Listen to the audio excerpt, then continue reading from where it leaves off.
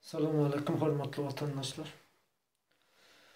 Yine şu yana yakınına Daşoğuz vilayetinden Süleyman adlı bir yaş sportsmen dizdoyuz yigidimizi Aşgabat'ta vahşilerçe vurup öldürüptürler de 14 yaşındaki nereste çağı şonu vahşilerçe vurup yencip öldürüptürler. Şol oğlanın cahı cennet iman hemrası olsun. En atasına da Allah Teala'dan sabır dileyen. Her cennetin töründe ornu olsun. Bizim iki bükülüp bören ministerlerimizin beyleke korkup mandaraş tutup bören adamların görközü bilmedi karşılığını görközen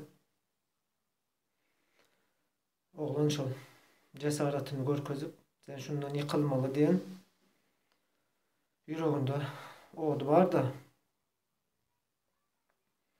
şolara boyun eğmen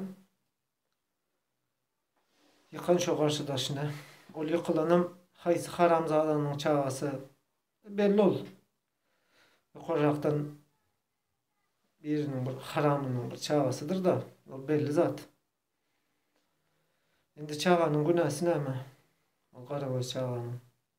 Şonu yıkadı mı? Şondan gücü yukarı balonu mu? Onun en atası ne ümitleri bilen kemale getirendir. Ne arzu ümitleri vardır. Enesi bilen atası ağlaşıp otu. Şimdi şuna hiç kime mizne kaytarıp bilmiyor o çağanı. Gelin şu zada sessiz kalmayın. Yerli yerden sesimiz çıkaralım. Yüreğinizde bir azıcık olsam bir çağa olan mehir bar olsa sesimizi çıkaralım, bir duygudaşlık bildirelim. Afganistan'da görüp dursanız bir çağanın üstünde Oğan Türkmenleri ayağa kalıp yollar yapıp şol çağanı çıkarmasalar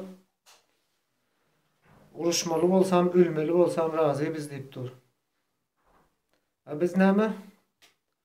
Bir 4-5 minutçuk video çekip bir duygudaşlık bildirip bilemiz yok. Gelin endi bestir diyelim. Bunlar endi aç-açan edip başladım. Ana näme edip bilen bolsanız edin deyip.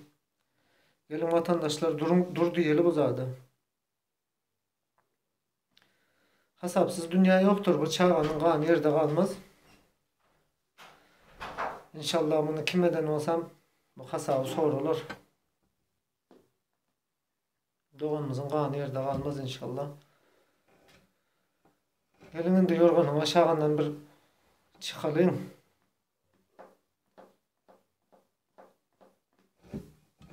Sesimizi duyduralım.